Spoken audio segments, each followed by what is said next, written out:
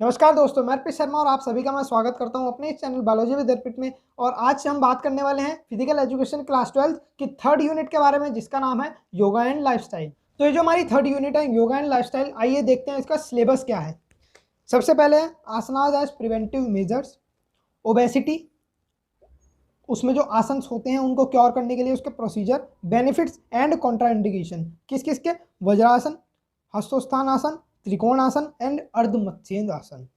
फिर आएगा हमारा डायबिटीज़, उसमें जो आसन होंगे, प्रोसीजर्स होंगे, बेनिफिट्स होंगे और कॉन्ट्राइंडिकेशन होंगे।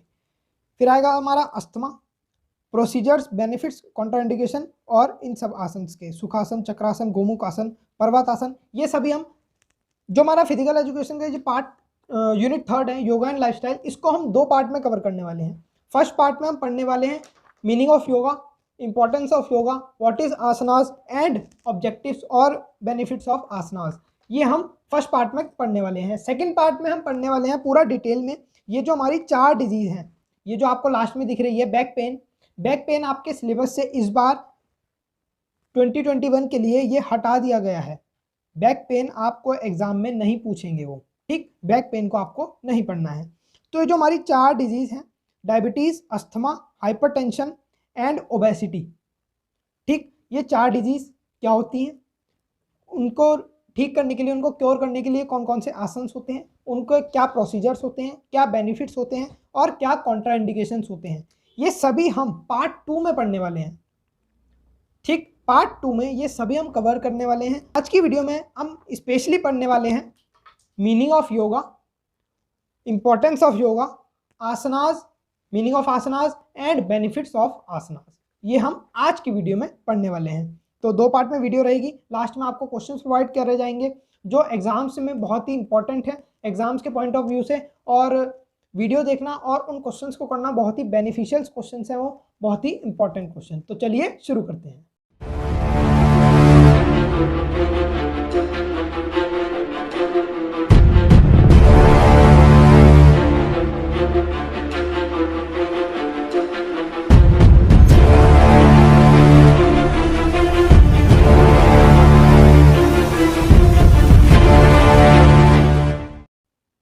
तो आइए सबसे पहले समझते हैं योगा क्या होता है, क्या मीनिंग होता है योगा का।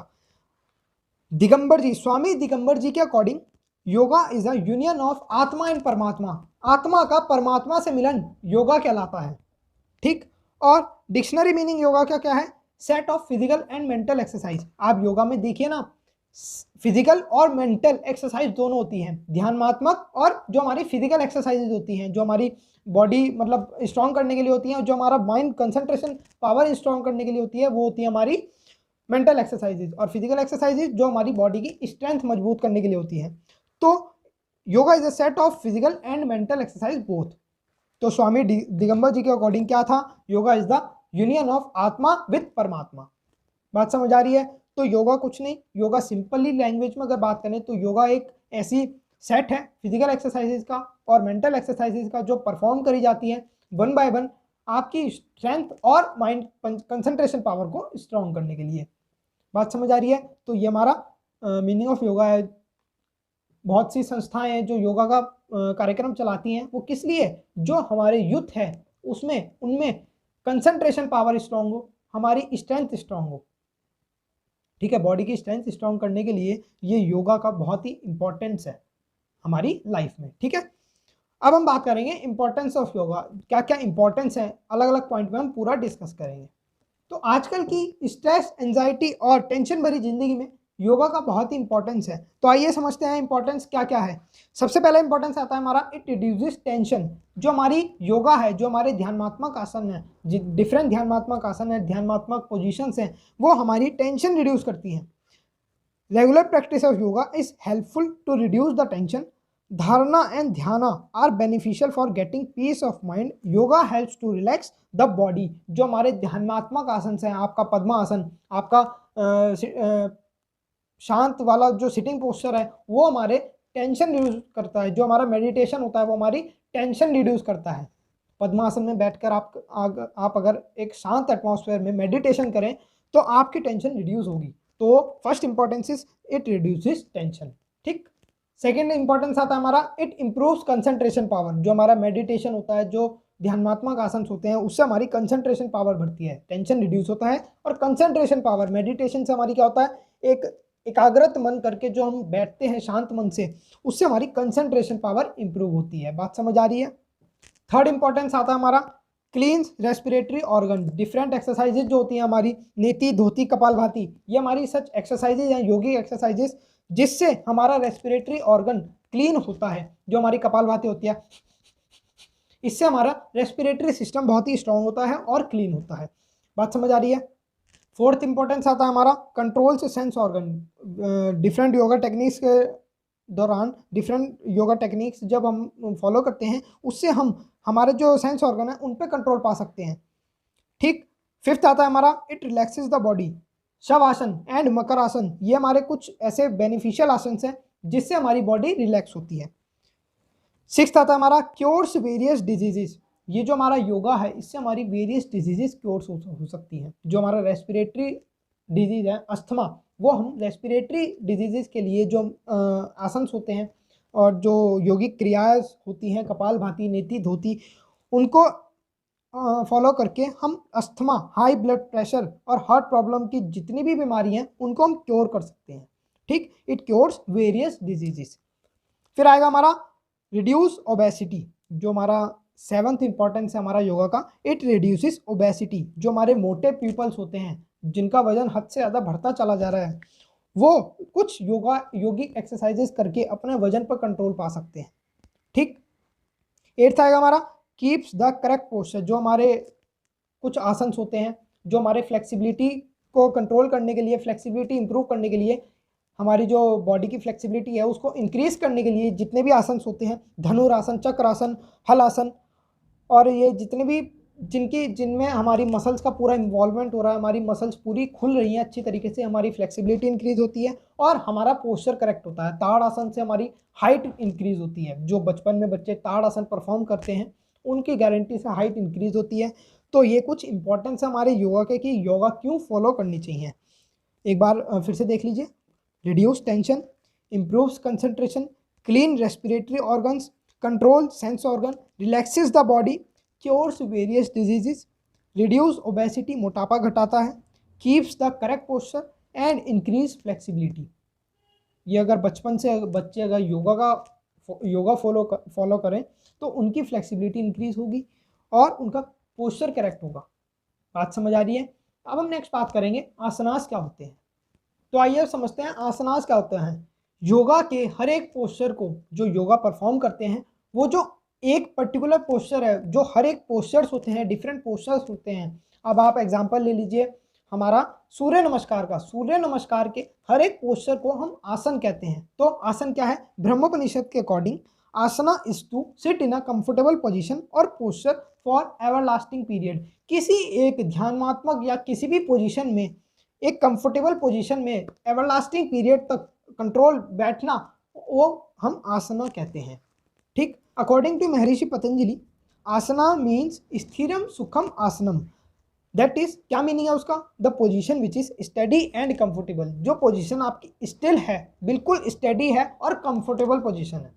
बात समझ आ रही है, उसको हम आसना कहेंगे। अब जितने भी हमारे योगा पोस्चर्स हैं उनको हम आसना कहते हैं। और आसना के जो हमारे 3 पार्ट्स होते हैं, आसन को हम 3 पार्ट्स में क्लासिफाई करते हैं। ध्यानात्मक आसन, रिलैक्सेटिव आसन और करेक्टिव आसन। ध्यानात्मक आसन जितने भी हमारे होते हैं, पद्म आसन, शव आसन, सिद्ध आसन और स्वास्तिक आसन, वज्र आसन, जिसमें हमारा मेडिटेशन होता है, और मेडिटेटिव आसन भी कहते हैं हम ध्यानात्मक आसन को, और इनमें हमारी कंसंट्रेशन पावर स्ट्रांग होती है।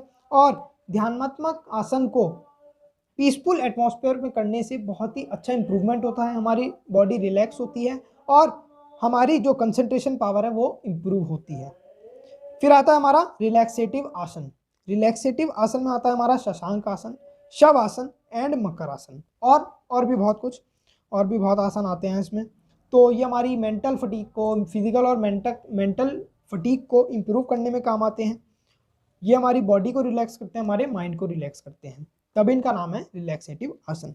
फिर आता है हमारा कल्चरल और करेक्टिव आसन। ये कौन कौन सा आसन होते हैं, शीर्षासन, सर नीचे पैर ऊपर, सर्वांगासन, शलभासन, भुजंगासन, ये सभी आसन हम नेक्स्ट वीडियो में पढ़ने वाले हैं।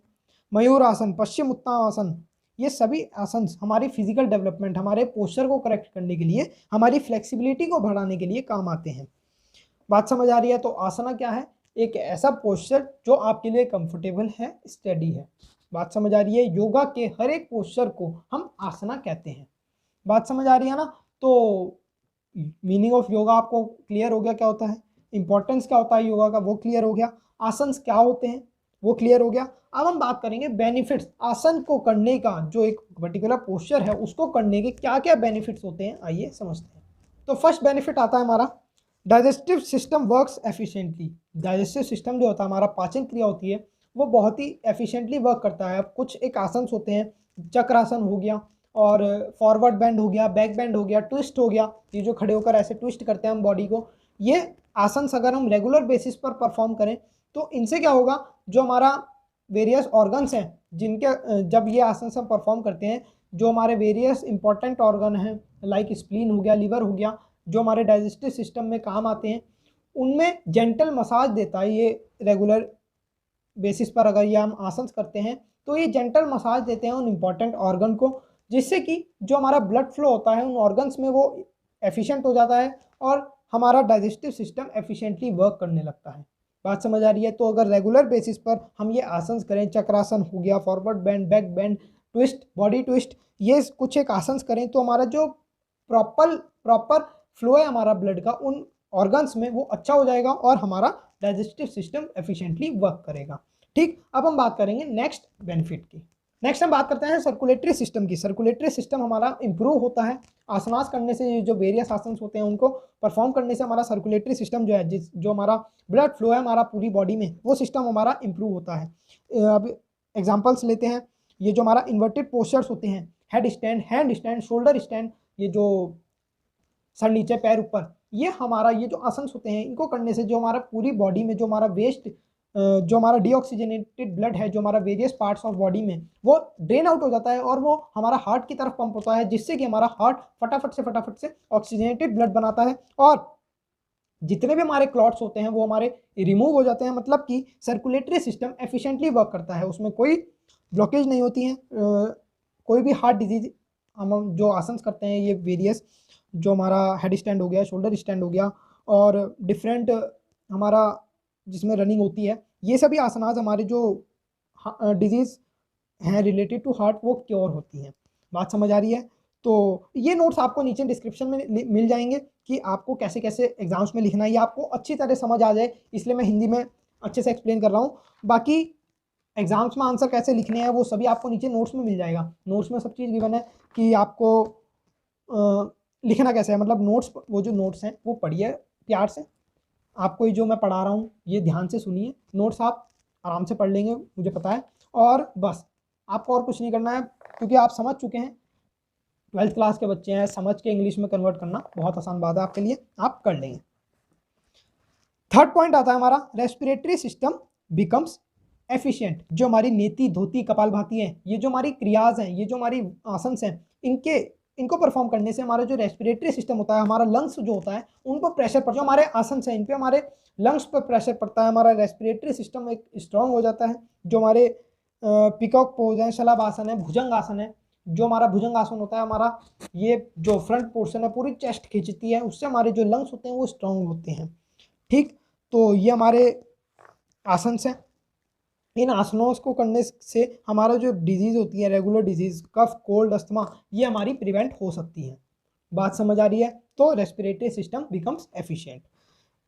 नेक्स्ट बेनिफिट आता है हमारा nervous system and endocrine system strengthen. ये जो हमारी वेरियस एक्सरसाइजेज होती हैं, रनिंग हो गई और आसनाज में हमारा हो गया, डिफरेंट आसनाज हो गए जिसमें हमारा पूरा बॉडी का स्ट्रेच हो रहा है, बॉडी स्ट्रेच हो रही है, उसमें हमारा जो नर्वस सिस्टम है और जो हमारा ध्यानात्मक आसन होते हैं उसमें हमारा जो पाइनियल ग्लैंड होता है वो एक्टिवेट होता है, उसमें हमारा जो पीसफुल माइंड है वो एक्टिवेट होता है, जिससे हमारा जो एंडोक्राइन सिस्टम है, पाइनियल ग्लैंड जो हमारा इधर प्रेजेंट होता है हाइपोथैलेमस में, ब्रेन के नीचे, वो जो एंडोक्राइन सिस्टम है वो स्ट्रॉन्ग करता है पाइनियल ग्लैंड। और the reduced mental activity reduces cortex activity and increases dopamine secretion in the blood. जो हमारा हाइपोथैलेमस को सिग्नल भेजता है इफेक्टिव फंक्शन के लिए हमारे ग्लैंड्स के। आइए समझते हैं। जो हमारा मेंटल एक्टिविटी जो हमारी रिड्यूस होती है, जो हमारी जो मेंटल एक्टिविटी है वो रिड्यूस होती है, मतलब कंसंट्रेशन पावर जब इंप्रूव होती है तो हमारी कॉर्टेक्स एक्टिविटी को रिड्यूस करता है।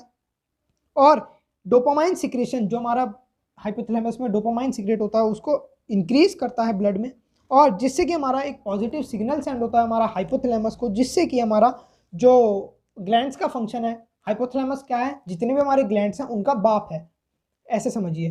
तो बाप को सिग्नल गया बच्चा पढ़ नहीं रहा है, तो उसने अपने ग्लैंड्स को सिक्रेट करना शुरू करा, हमारे जितने भी बॉडी के जितने भी ग्लैंड्स हैं उनको इंप्रूव करने के लिए कि भाई अपना हार्मोन सिक्रेशन इंप्रूव करो, तो हमारा एंडोक्राइन सिस्टम स्ट्रेंथन होता है। बात समझ आ रही है? ध्यानात्मक आसन और वेरियस आसनास से हमारा स्ट्रेंथन होता है nervous system and endocrine system. Next आता है हमारा स्केलेटल सिस्टम बिकम्स स्ट्रांग। जो हमारे वेरियस जॉइंट्स हैं, जब हम आसन करते हैं, वेरियस आसन करते हैं, भुजंग आसन, शलभ आसन और मकर आसन, ये सभी आसनास से हमारे जॉइंट्स इंप्रूव होते हैं। जॉइंट्स में हमारा जो फ्लेक्सिबिलिटी है उनकी इंक्रीज होती है, और अर्थराइटिस, बैक पेन, साइटिका, ये जितनी भी हमारी बीमारियां हैं ये सब कंट्रोल होती हैं। ठीक। नेक्स्ट आता है हमारा प्रिवेंटिंग मेंटल इलनेस। ये हमारा बहुत ही इंपॉर्टेंट पॉइंट है। ये जो हमारे आसनास होते हैं, मेंटल इलनेस की बात हो रही है यहाँ पे, जो हमारे शांत वातावरण में करने वाले जो आसनास होते हैं वो मेंटल इलनेस को प्रिवेंट करते हैं। अब आपको सर में दर्द हो रहा है या मन शांत नहीं है, तो आप किसी शांत वातावरण में जाइए, वहाँ पर जाके 5 मिनट मेडिटेशन कर लीजिए, आपको बहुत ही अच्छा फील होगा, बहुत ही अच्छा फील होगा। ठीक है। तो जो हमारा रेगुलर प्रैक्टिस होती है योगा की, उससे क्या होता है, हमारा रिडक्शन होता है स्ट्रेस हार्मोन का। जो हमारे कॉर्टिसोल में स्ट्रेस हार्मोन होते हैं उनका रिडक्शन होता है, जो हमारा प्रिवेंट करता है डीजनरेशन ऑफ ब्रेन सेल। बात समझ आ रही है? जो हमारे ब्रेन सेल्स हैं उनका डीजनरेशन शुरू हो जाता है अगर आपका स्ट्रेस है बॉडी में। तो वेरियस आसन, जो हमारे रिलैक्सेटिव आसन है, और जो हमारे जितने भी हमारे ये मेडिटेटिव आसन है, इनको परफॉर्म करने से हमारा जो मेंटल इलनेस है वो इम्प्रूव होगी, प्रिवेंट हो जाएगी। ठीक, मेंटल इलनेस आपको नहीं होगी। तो ये था हमारा कुछ इंपॉर्टेंस बेनिफिट्स, आसनास करने के इंपॉर्टेंस ऑफ योगा समझा चुके हैं। तो ये था आज की वीडियो में। उम्मीद करता हूँ आपको वीडियो पसंद आई होगी। पसंद आई तो नीचे सब्सक्राइब बटन दबा दीजिए। अगर आप इस चैनल पर नए हैं तो सब्सक्राइब कर दीजिए, बेल आइकन को दबा दीजिए, ताकि लेटेस्ट वीडियो का अपडेट आपको मिल जाए। और टेंशन लेने की बात नहीं है, बोर्ड्स में अभी टाइम, 4 मई से एग्ज़ाम शुरू होने वाले हैं। तब तक आपको सारा मटीरियल 12th क्लास का आपको फिजिकल एजुकेशन का पूरा नीचे पूरा मिल जाएगा। नीचे प्लेलिस्ट का लिंक है, वहाँ पर जाकर आप प्लेलिस्ट को चेक कर लीजिए। वहाँ पे अब तक जितनी वीडियो आ चुकी हैं उनको चेक कर लीजिए। और नीचे डिस्क्रिप्शन में आपको सभी क्वेश्चन MCQs, जो आपका पैटर्न है MCQs है, 3 मार्क्स क्वेश्चन है और 5 मार्क्स क्वेश्चन है, वो सभी उस पैटर्न के अकॉर्डिंग नीचे क्वेश्चंस गिवन है, उनको आप करिए, वीडियोस देखिए, और जो नोट्स हैं उनको पढ़िए प्रॉपर तरीके से। आपको एग्जाम में कोई भी तकलीफ नहीं होने वाली है। क्यों होगी? 100 आउट ऑफ 100 का एम लेके चल रहे हैं, लाएंगे आपको। जब ये आ जाएगा अप्रैल, तब तक आपको बहुत ही बढ़िया क्वेश्चंस की सीरीज आने वाली है, पूरी बढ़िया अच्छे तरीके से आपको क्वेश्चंस करवाए जाएंगे। तो टेंशन लेने की बात नहीं है, फिजिकल एजुकेशन में 100 लाने हैं। तो ये था हमारा कुछ पार्ट, हमारा योगा एंड लाइफस्टाइल का पार्ट 2 में हम जितने भी आसन हैं बहुत ही अच्छे तरीके से पढ़ने वाले हैं। आप वीडियो देखना सच में अच्छी है। ठीक, पहले हम समझाएंगे डिजीज़ क्या होती है, उससे रिलेटेड आसन क्या होते हैं, पूरा आसन आपको डिटेल में बहुत ही अच्छे तरीके से बताया जाएगा, आसन कैसे परफॉर्म किया जाता है, उसका प्रोसीजर नीचे डिस्क्रिप्शन में आप प्रोसीजर पढ़ लेना। हम हिंदी में बताएंगे बिल्कुल डिटेल तरीके से। प्रोसीजर आप 12th क्लास के बच्चे इंग्लिश में कर सकते हैं। मतलब बहुत ही अच्छे तरीके से हम समझाने वाले हैं पार्ट 2 में कि योगा कैसे करा जाता है, कौन से डिजीज़ के लिए कौन सा योगा करना चाहिए, कौन सा आसन करना चाहिए, कौन सा आसन कौन से डिजीज़ के लिए करना चाहिए, क्या उसके कॉन्ट्राइंडिकेशन है, क्या उसके बेनिफिट्स हैं, क्या उसके प्रोसीजर हैं, ये सभी हम डिटेल में पढ़ने वाले हैं।